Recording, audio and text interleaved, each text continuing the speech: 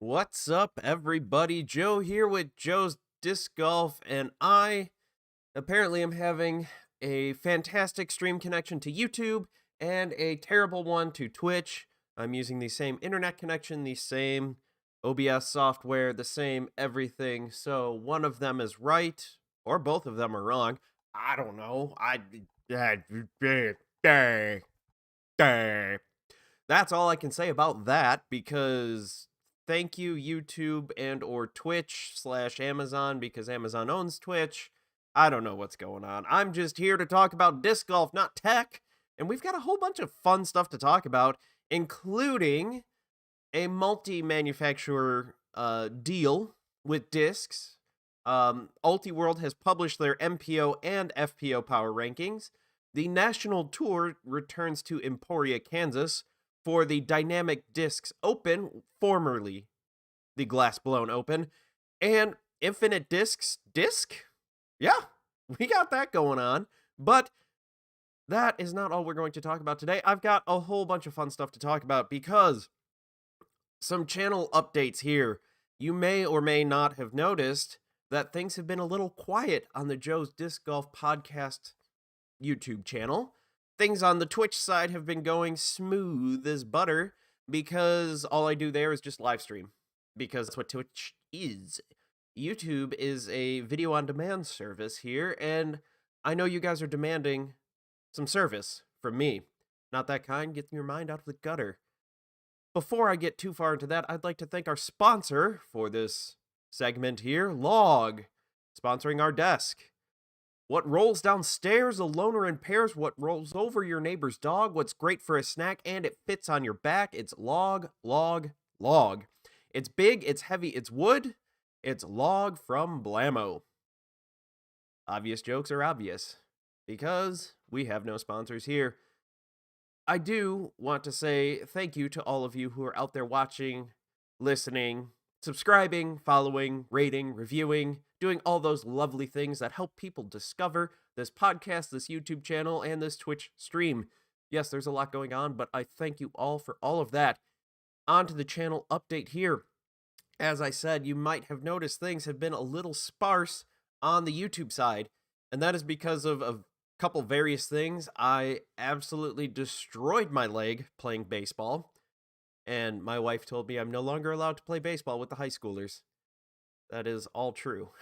that is yeah, I slid into third in shorts because I forgot I was wearing shorts. Yes, call me an idiot. Everyone has, even me. I've called me an idiot because I'm dumb. I slid in shorts on a baseball field.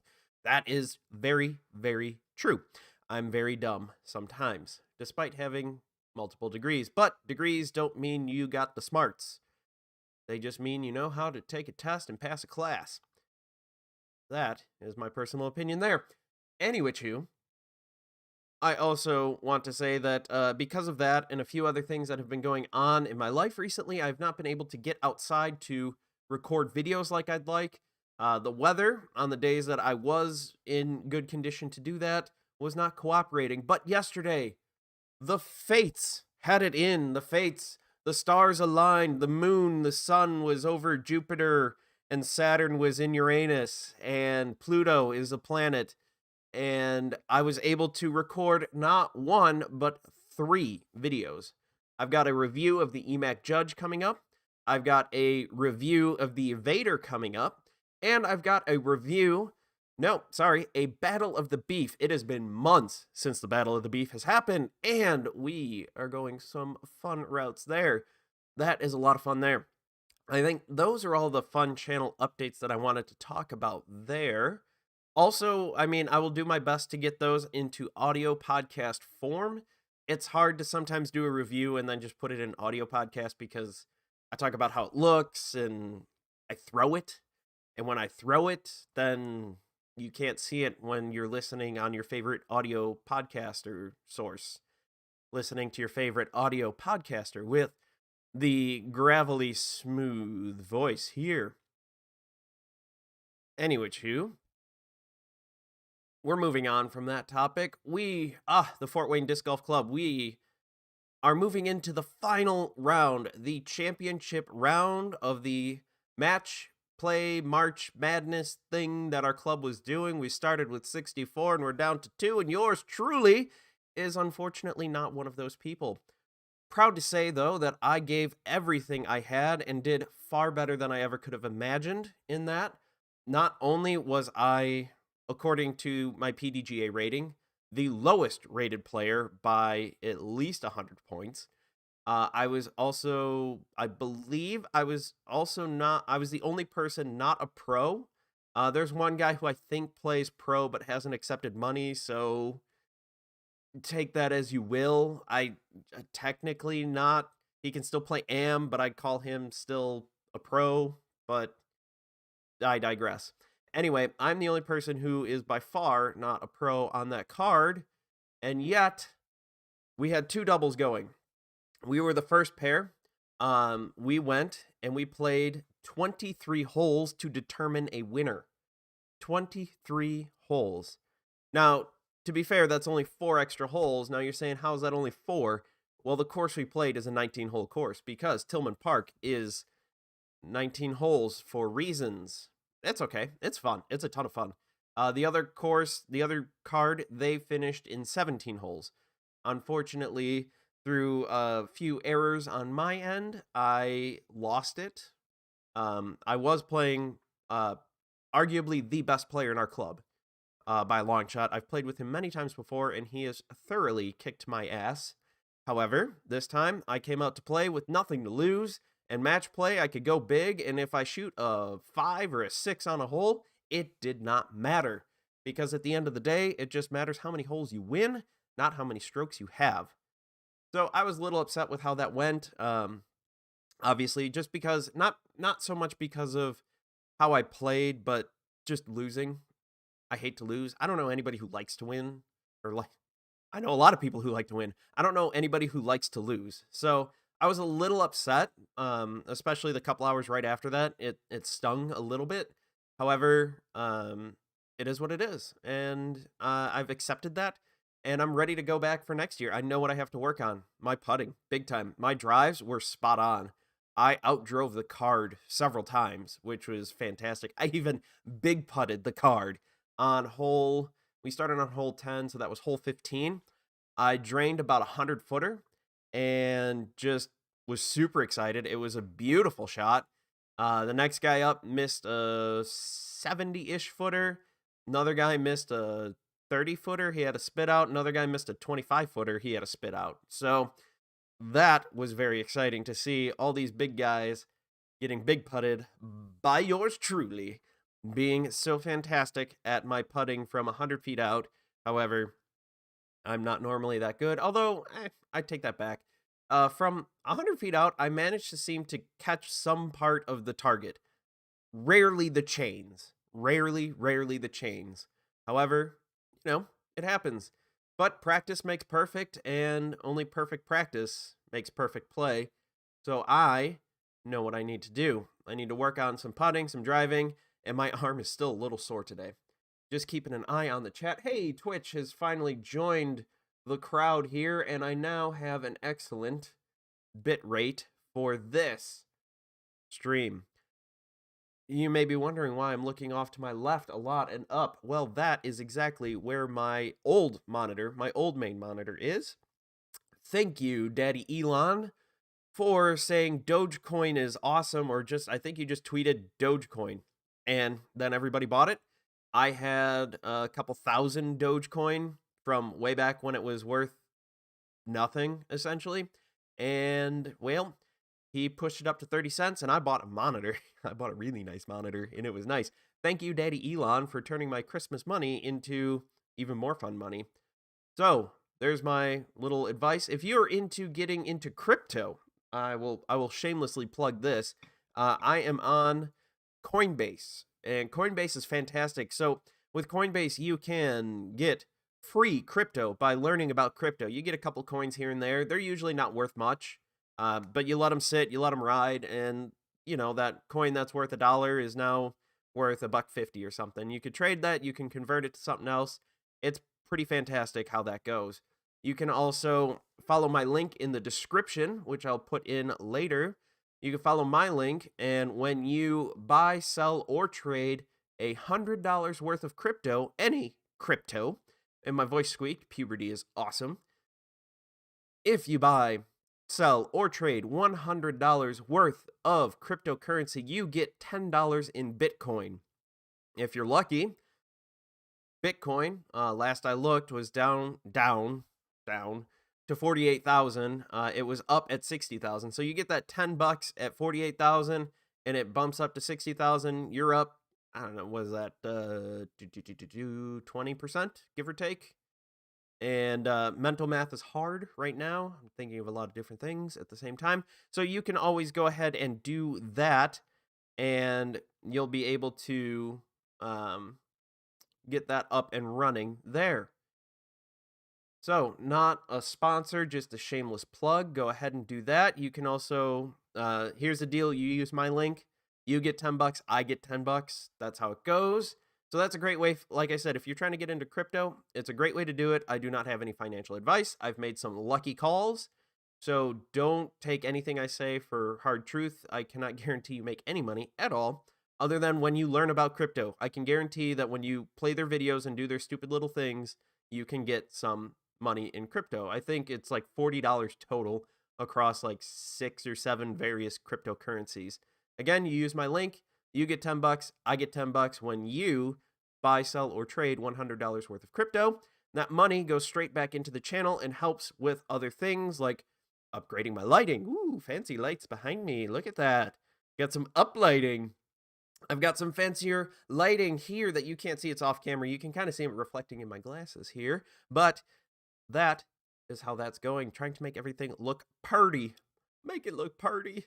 And you could buy these crazy expensive lights from, all the various things on there like Amazon, or there's a few brands where they make these great expensive lights.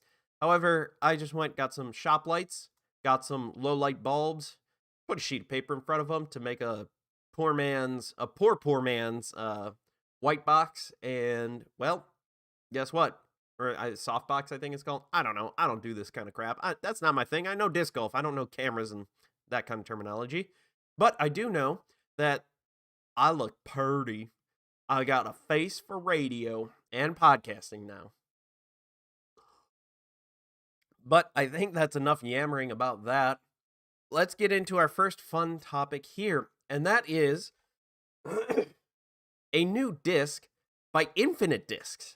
Not only are they selling discs, they are making their own. Well, sort of. So Infinite Discs just had a prototype approved on April 19th. It is, judging by the picture that's on here, let's see if I can get this up to there. You could see on here, judging by that small rim, it looks probably like a mid-range. I'm just kind of guessing here. Looking at the way the edge kind of tapers, you only have one picture here, so there's no great way to actually look at this. I'm guessing it's a mid-range. It is called the Kontiki, Kontiki, and it is made by Innova Discs. So Infinite Discs has contracted Innova to make a disc. I don't know exactly what it is. Like I said, I'm guessing it is a mid-range. Ooh, excuse me. I will definitely keep an eye on that. However, it could also be a very slow fairway driver, like a 6 or a 7. Because it could have that same kind of edge like the Evader, the Explorer, your slower discs, River Pro, I believe. Those are all slower discs. However, that is all I have on that. I don't have a great answer to that. I'd love to get my hands on it. Who knows when they're going to start selling those? Given the disc shortage, the plastic shortage, the also not to mention the chip shortage for graphics cards and computer components and all things electronics, there's just shortages everywhere. Thank you, Rona, because, yeah, you screwed things up, but we're slowly getting back on track. That's all I had for that. I just thought it was pretty interesting that that Infinite Discs is getting into the disc making-ish sort of brand here. I wonder if they're going to try to pull an Amazon and they're copying somebody's very popular mid-range. I don't know who. They have all that data, clearly. They sell a ton of discs. I wouldn't say infinite amount of discs, but they sell a lot. They're getting on up there. And what I would say is that they might be pulling an Amazon and pulling an Amazon Basics and just going, all right, the Buzz. I'm just pulling a disc out of my butt right now. The Buzz is the best-selling, greatest mid-range ever. And we're going to make our version of that. I don't know. It's speculation. I'm just speculating, and that's all I got. And that's all I can say about that. And we're going to move on from talking about that disc, because we've got power rankings to talk about. We're going to start by talking about just the methodology here, because this is going to be the same for the MPO and FPO. And this is from Ultiworld. You can find this at discgolf.ultiworld.com. It will be, if you're watching this, listening to this, if you're looking at this within the next couple days, recording this on April 27th. If you are going to go to their website, it'll be one of the top links there. If not, I will have a link in the description below, and you can go ahead and check out that article there and disagree, agree, whatever you want with this article. So they mixed some algorithm rankings, basically just taking like all these different factors where you can just plug in like player rating, finishes, that kind of stuff. They took an algorithm and combined that with subjective ballots.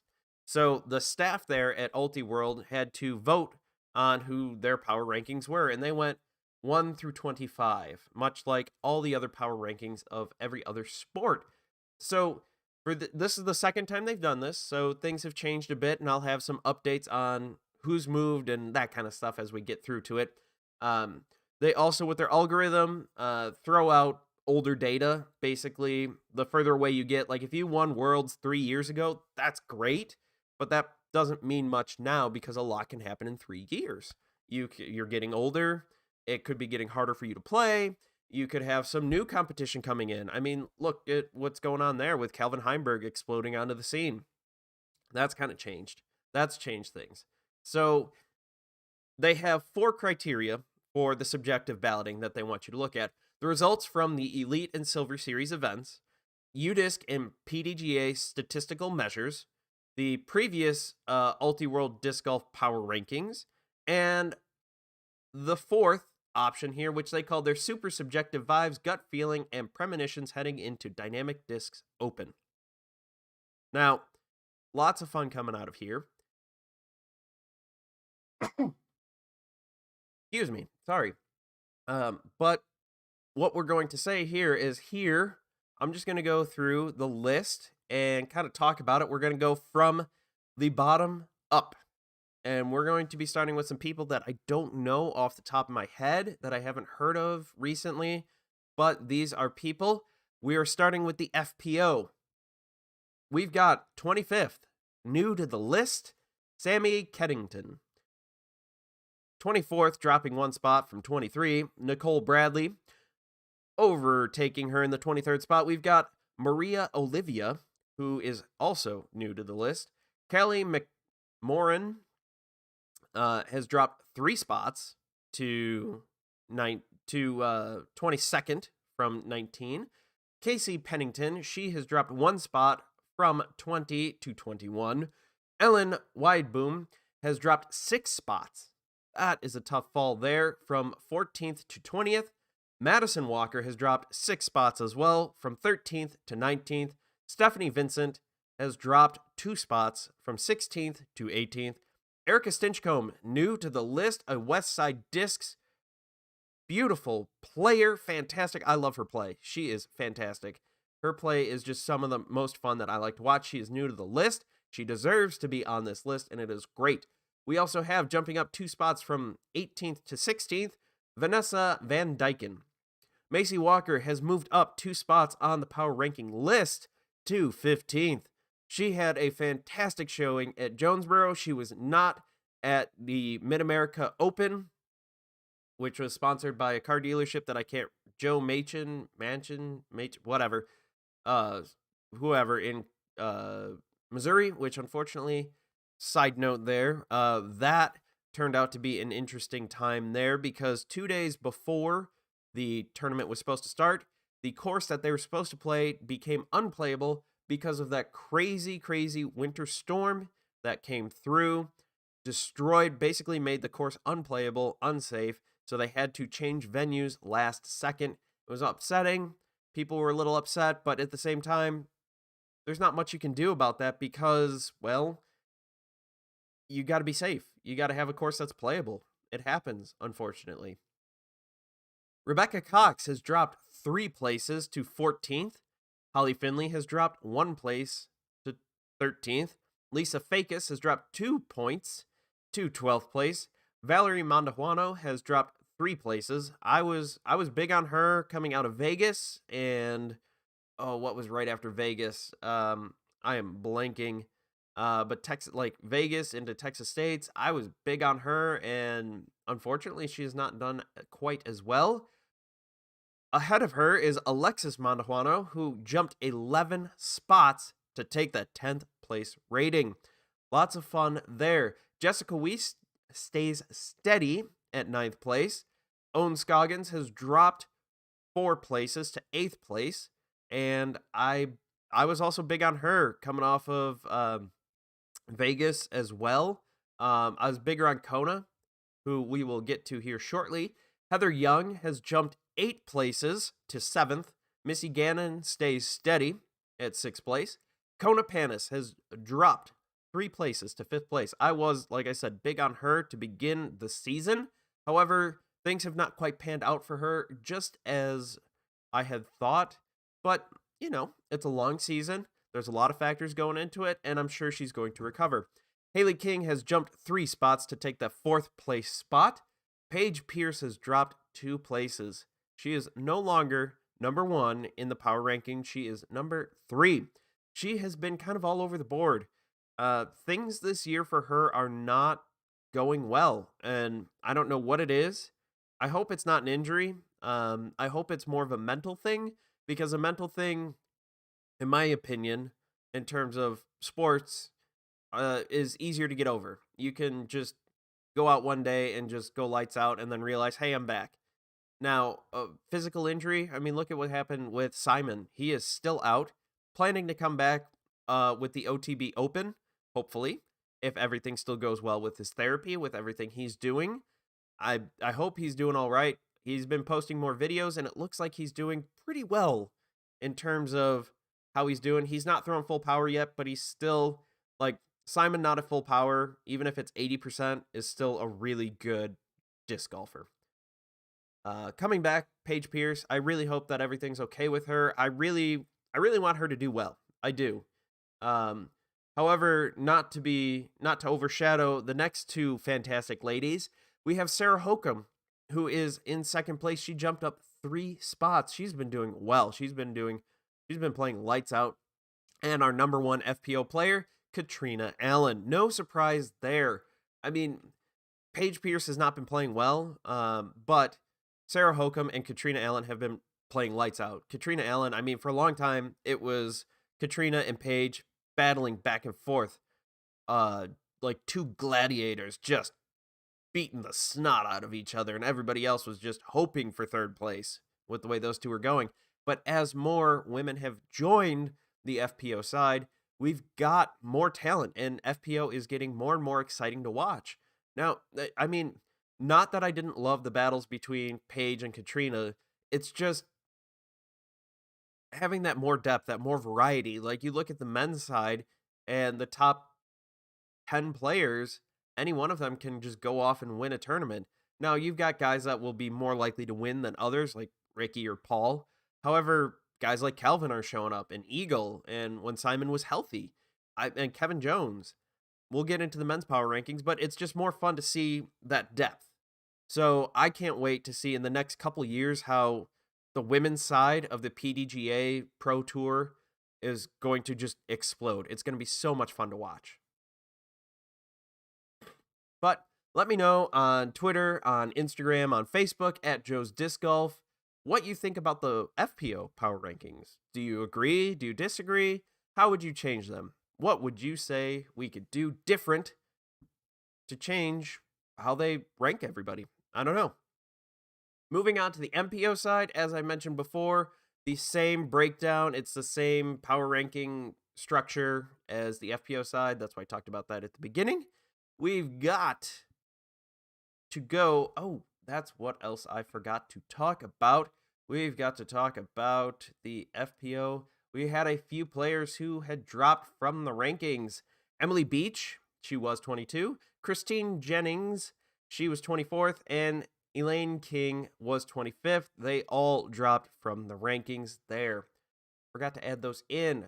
We've got on the men's side here, to not forget this again, we've got far more men who have dropped from the rankings. Cale LaVisca was 10th. He is no longer ranked. Philo Barthwaite was 19th, no longer ranked. Andrew Presnell was 20th, no longer ranked. Zachary Johnson was 21st, and Alex Russell was 24th, no longer ranked. Those guys towards the bottom, 21 through 25, I'm not surprised to see like guys dropping off or whatever on that one. Seeing Kale and Philo drop off, that's a little bit more surprising in my opinion. But they've also not played great. So there is that. And these other guys that are taking their places have really played well. So we've got, starting out at 25th, is Bradley Williams. He dropped 3 spots to take that 25th spot. Brian Earhart is in the 24th spot, unranked before. Nathan Queen, also unranked before. He's now 23rd. And Thomas Gilbert, not ranked, 23rd, or 22nd now. Emerson Keith has jumped up 2 places to take that 21st spot. Matt Bell has jumped 5 spots from 25th up to 20th. Colton Montgomery, unranked, now 19. He's been a lot of fun to watch. Colton has been a lot of fun to watch. Emerson Keith has also been pretty fun to watch. A lot of these guys. What's nice is getting on some of the Silver Series tour streams and watching guys and gals that aren't the top couple to play some of these. Because some of those top guys, they want to give their arms a break.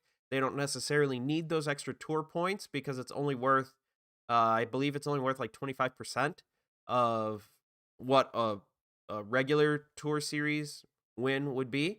So those guys don't necessarily need to put that extra wear and tear on their arm. So it's fun to see some of the higher end mid-tier guys playing and get to see what they look like. Moving on to 18th, we have Eric Oakley dropping 3 spots. Jeremy Coling is 17th. He dropped 5 spots. He hasn't been doing as well. Ezra Adderhold also dropping 7 spots. Ezra has also not been playing well this year. I don't know what it is. Last year he was playing great.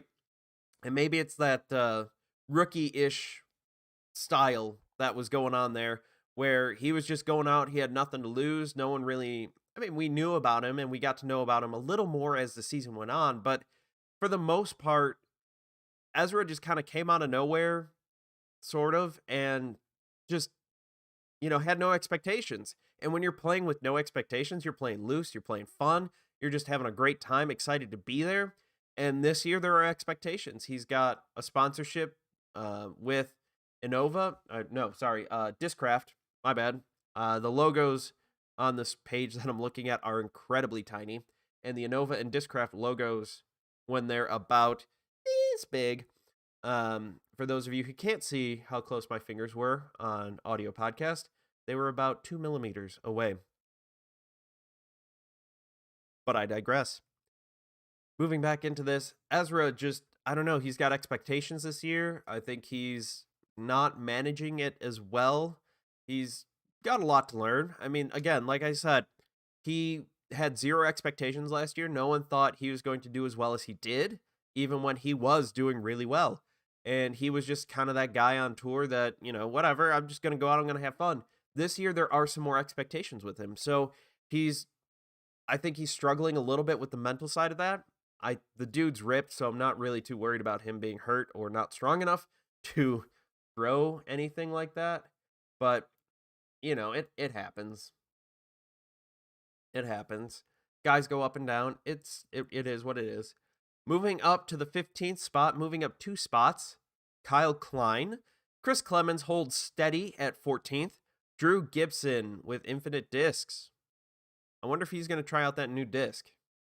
I'd be curious to see what his thoughts are. He has jumped 3 spots to 13th. Paul Ulibarri has dropped 5 spots. He almost beat Big Germ, but he only dropped 5 spots. He is down to 12th. Adam Hams has jumped 7 spots to take the 11th spot. Moving into the top 10 disc golfers according to Ultiworld, Garrett Gerthy drops 2 spots to 10th place. In 9th, we've got Casey White, who was unranked. Huge jump there. Good job, Casey. He's been fun to watch, too. 8th place is Kevin Jones. He's jumped up 3 spots. I think that's a good thing. He has not put on the stellar performance that he did last year. However, that's not to say he hasn't been playing well. He just hasn't been playing top card. He hasn't been playing lead card well. He's been playing top 10 well, clearly. He's jumped up a couple spots here. James Conrad has jumped up 6 spots to take the 7th place spot. That is a big jump there, and I think over the last couple tournaments here, watching James Conrad, I believe that he has managed to figure out a lot of his discs. He's starting to get them seasoned in. Like, yeah, he had some off-season training with them. He did some stuff, but with how long it takes you to learn a new disc like that, especially at a level like that, where just the tiniest fraction of a degree off, and that disc, for those guys with their power and their accuracy, changes that flight so much.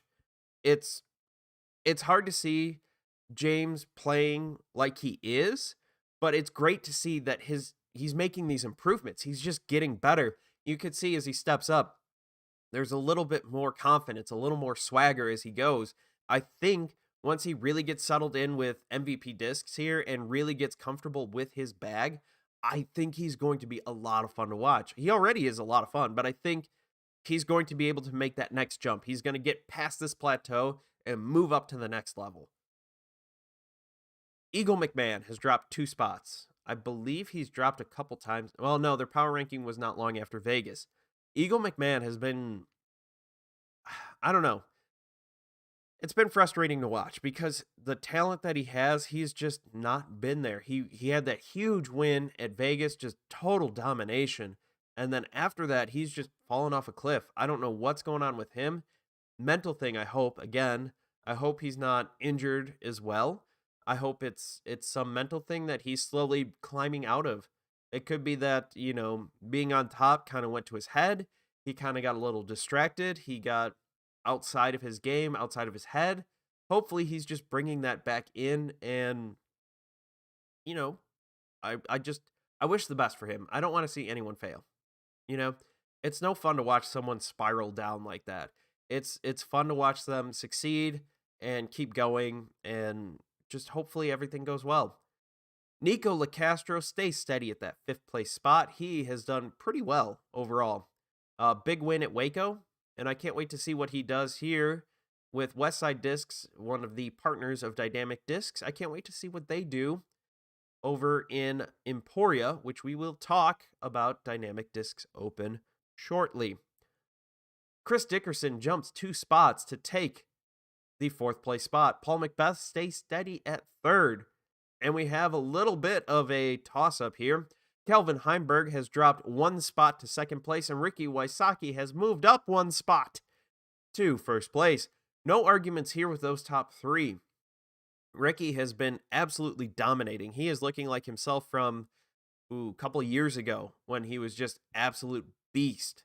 Last year he was coming back. 2 years ago he had those issues with Lyme disease, which, people, side note, please check yourself for ticks after you play a wooded course. Even if you're out in a field, you never know.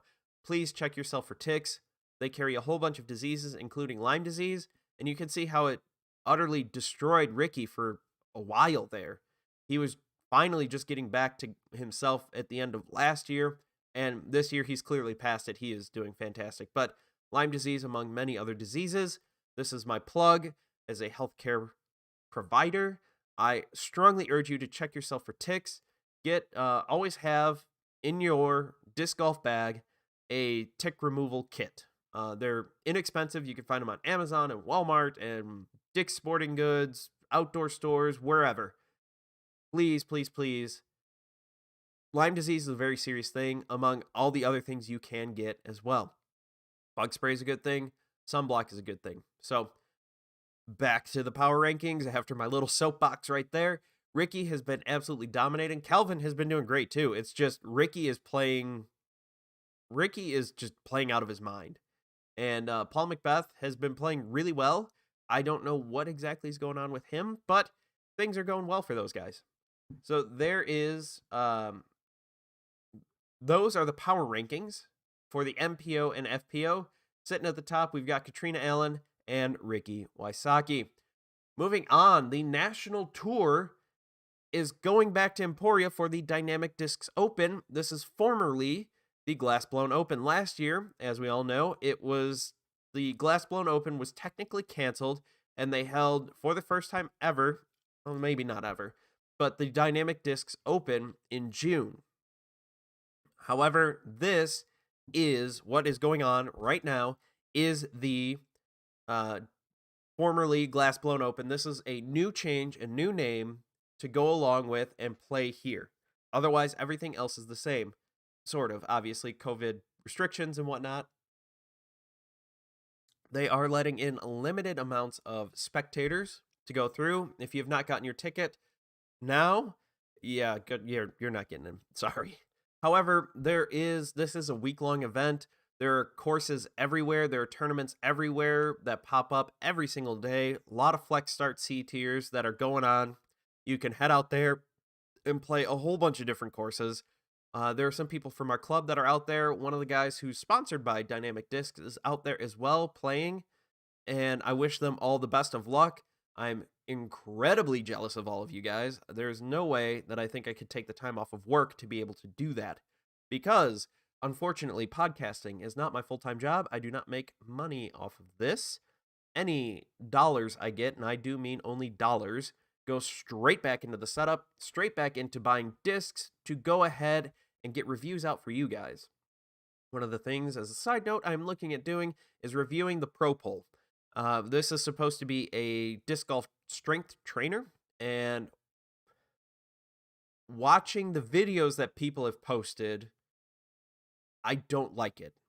It's teaching a lot of bad habits. However, those are just regular people posting this. I want to investigate what the instructions say, basically, and how you're supposed to use it versus how people are using it. Because you can make an argument that strength training with dumbbells is going to set up some bad habits if you don't do it right. So I want to know, is it an issue with the setup and how the mechanism and everything works, or is it user error? So that's something I'm looking into. Hopefully, if you guys are feeling generous, please go to anchor.fm/Joe's Disc Golf. If you can only give a couple bucks, go for it, please. It will help out towards that. Thank you very much. Shameless begging aside, we're moving back to the Dynamic Discs Open. They were there again last June. This will be the 18th year for the Glassblown Dynamic Discs Open that is held in Emporia every single year, and it's gotten bigger and bigger. Like I said, tons and tons of different courses out there that are holding Flex Start C tiers, and you can just go out and have a blast. Now, the MPO and FPO divisions will be playing Jones Gold, which Jones Gold is a mix-up between Jones East and West, turning it into a big old safari park-style course. Huge, huge, huge course. Big arm, long way to go there. But that is what you're going to be playing on Wednesday and Thursday. Friday and Saturday, you're going to move on to the Emporia Country Club. And if you want to see what Emporia Country Club looks like, they did make a map for the disc golf. I can't remember what it's called. It's the disc golf game.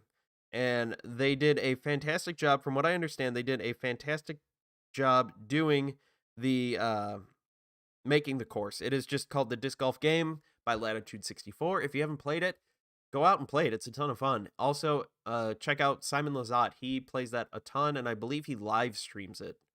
So, how can you watch, find out, or get info on any of the things that are happening at the Dynamic Discs Open? Well, you could check out the live scoring either through UDisc Live, that's udisclive.com, or you can check that out on your app if you have UDisc app.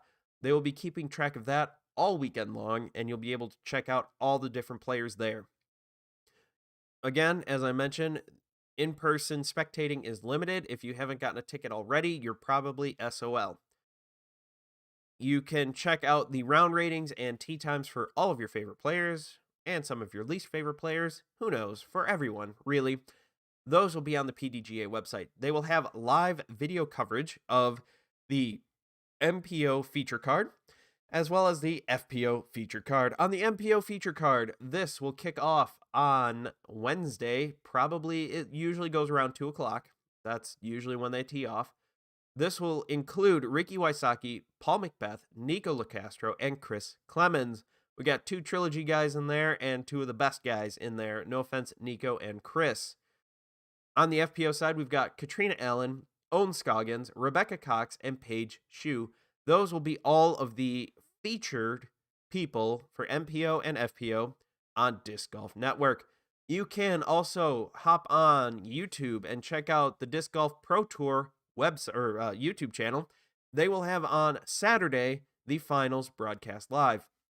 If you're interested, the press conference will be happening today as of time of recording, April 27th, starting out with Nico Locastro at 1:40 p.m., moving through a whole bunch of top players there.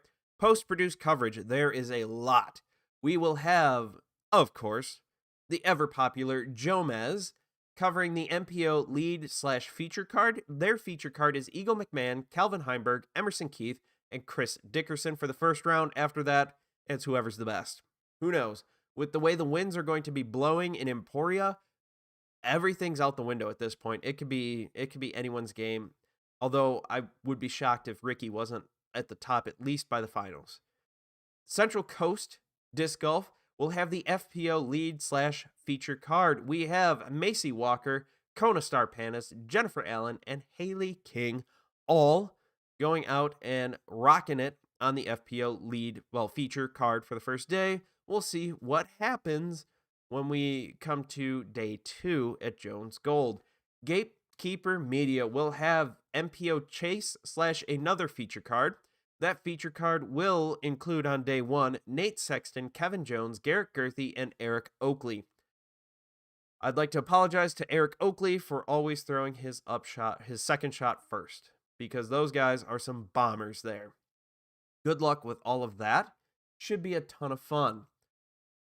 GK Pro will have the MPO second chase card / a feature card as well. For Wednesday, they will have Casey White, Miles Seaborn, AJ Carey, and Paul Ulibarri. Paul Ulibarri. Words are hard sometimes. It's a good thing that I don't have to talk a lot when I'm talking on a podcast. Finally, last but certainly not least, Ace Run Productions will have the FPO Chase card. You don't get FPO Chase hardly ever, and this is going to be exciting.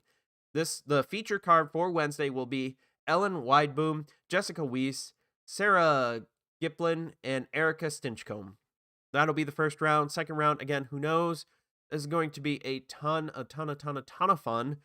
I can't wait. I really can't wait to see this. I'm going to do my best to get coverage out as soon as things are done on the MPO and FPO side. Day of, so Wednesday night. That'll be late, so you'll probably catch it Thursday morning. I'm also going to try to watch all the coverage. Jomez, Central Coast, Gatekeeper, GK, and Ace Run.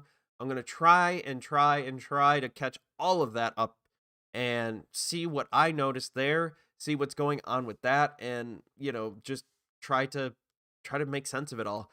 You'll also have, the social media from all of your favorite players showing off whatever they're doing, as well as Facebook, Instagram, and Twitter for PDGA and Disc Golf Pro Tour. You can find all of those there. Not hard to find at all, but that's kind of what's going on. There'll also be wrap-up articles on Disc Golf Pro Tour and PDGA and probably Ulti-World because, that's what happens. Moving on to our final topic. This is an interesting one, in my opinion. This is a question that comes in from an Ulti-World article. I do not subscribe to Ulti-World, so I do not know what their response is to this, but I'm curious to see what you guys think with this as well. And it's talking about disc loyalty versus brand loyalty, which I think is pretty interesting and I think is getting more and more popular as things go on here. I'm just going to start reading here. There's a big intro talking about what they previously talked about. So I'm going to skip that and move right on to the second paragraph here. At a certain point, if every player gets one Tour Series disc, considering the vast majority of non-pros and casuals throwing mixed bags, doesn't matter what else is in their bag. With the insistence that pros develop their own brand as part of their contracts, is it possible to see professionals whose brand overshadows the manufacturers? Imagine Latitude 64 coming back to Ricky and offering him $100,000 a year to throw the harp again. He's not making $100K on that pig, and if he keeps playing like this, Innova might have to accept. Who knows? Could what Drew Gibson is doing become more widespread? Is disc loyalty versus brand loyalty a possible outcome as the field grows, competition becomes more intense, and sponsorship money pools thin out? Is this a good way for manufacturers to build relationships with young talent? We have seen this in golf, and it feels very possible at this stage. I think Drew Gibson is onto something big here. What he had done, one thing that helps him is he was not sponsored by a specific disc manufacturer. He was not with Innova. He was not with Dynamic Discs or Discraft or any of that. He was with He is with Infinite Discs. And so that allowed him the freedom and ability to get on the Penrose. He loves that disc, and I can see why. I actually liked it a pretty solid amount. It was a great disc, in my opinion. And what's great with that is he's able to sign that sponsorship deal, promote that, but being with Infinite Discs, they can sell that disc. They can buy a whole bunch and sell it, and everybody makes money and everybody's happy. I think you're going to have a hard time convincing Innova to let Ricky throw the harp, for example. I'm just going to keep going with that one because it's easy. Ricky used to be with Lat 64, and he threw that harp amazing. The pig is great, don't get me wrong, but there's something about the way he threw the harp that was just absolutely outstanding. I think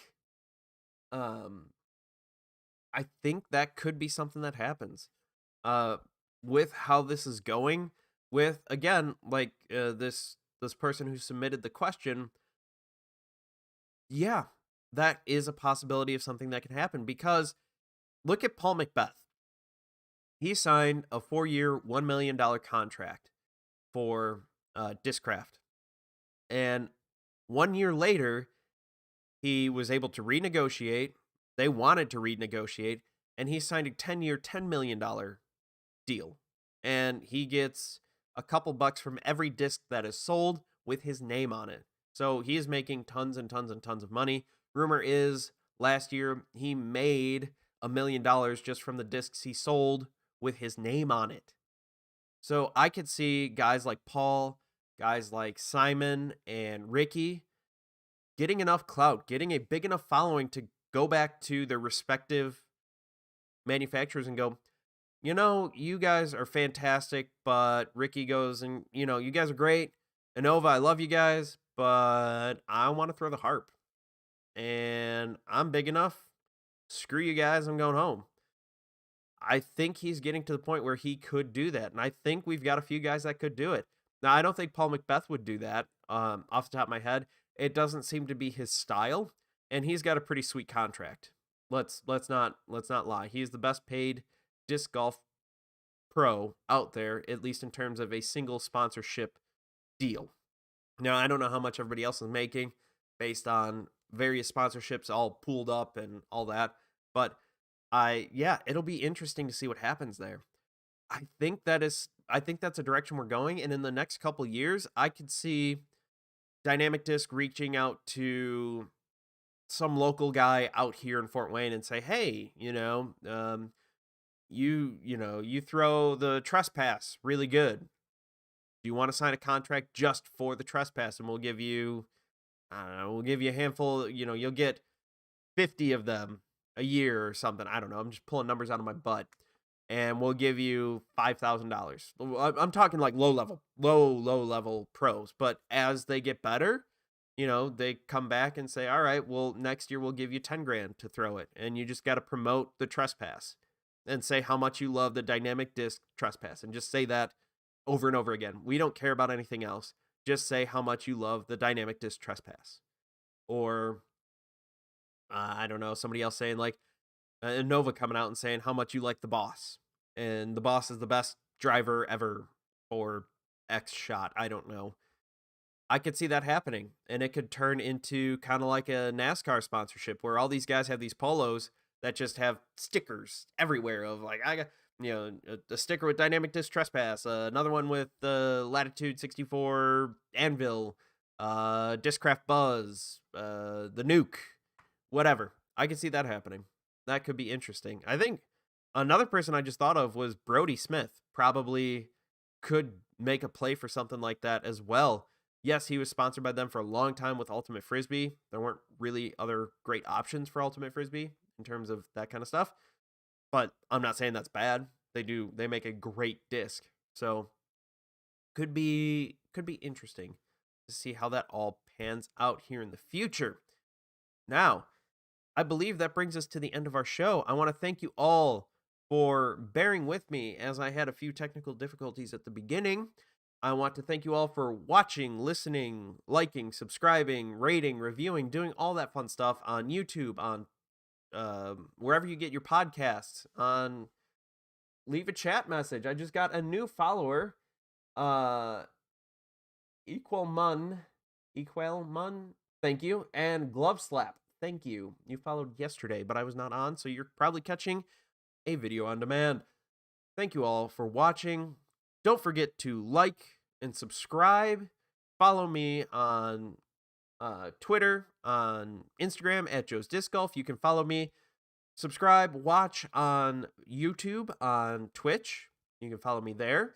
You can also catch me on wherever you get your podcasts, wherever you're probably listening now, or maybe you want to listen. Apple Podcasts, Google Podcasts, Anchor.fm, Breaker, a whole bunch of different places. So thank you all again for watching and listening. I've been Joe. You've been awesome. Don't forget to thank Treesus when you get a positive tree kick. I thanked him so much on Sunday. So much. Thank you, Treesus. And don't forget to also reflect if you have a bad tree kick. Find out what transgression you had against Treesus and repent for your disc-related sins. Thank you all for watching. Have a great week. I can't wait to catch you all in my next YouTube video, which will hopefully be all about the first round of the Dynamic Discs Open. Have a great day, everybody.